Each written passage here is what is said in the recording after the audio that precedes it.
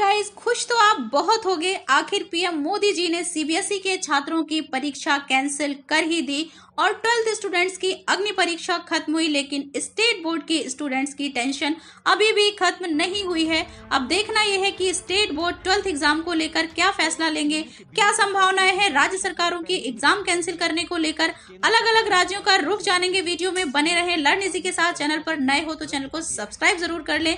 CBSE exam के बाद बच्चों की अलग अलग विचार कहीं ना कहीं पर अगर मेजोरिटी की बात करें तो सभी खुश हैं।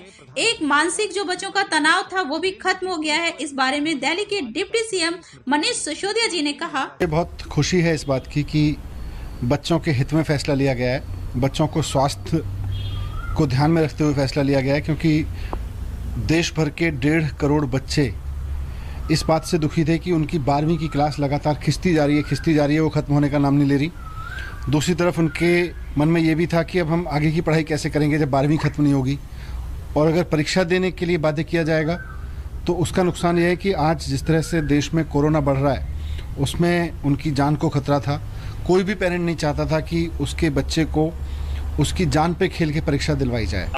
वहीं बोर्ड एग्जाम कैंसिलेशन को लेकर यूपी के शिक्षा मंत्री दिनेश शर्मा जी का कहना है, आज जो माननीय प्रधानमंत्री जी के नेतृत्व में जो बैठक में महत्वपूर्ण निर्णय हुए हैं, उन सारी चीजों को संदर्भ लेते हुए निश्चित रूप से हम उत्तर प्रदेश की 12वीं कक्षाओं के बारे में, हालांकि अभी हमने कोई तिथि की घोषणा नहीं की थी, केवल स्थितियां सामान्य होने पर परीक्षा कराई जाएगी, इस प्रकार का निर्णय अभी तक उत्तर प्रदेश में हुआ था।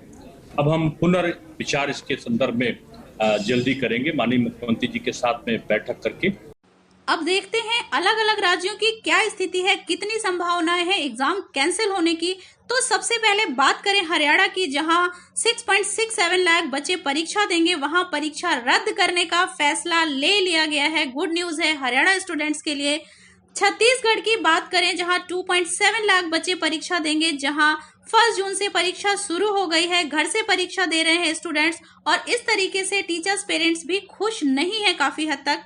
और अगर हम बात करें महाराष्ट्र बोर्ड की, जहां 16 लाख छात्र परीक्षा में बैठेंगे, वहीं हालात को देखते हुए फैसला लिया जाएगा। और ताजा आंकड़ों की बात करें तो 9000 बच्चे कोरोना संक्रमित पाए गए हैं, जो तीसरी लहर का संकेत है। तो ऐसे में संभावना है कि वहां भी एग्जाम कैंसिल हो कर रहेंगे।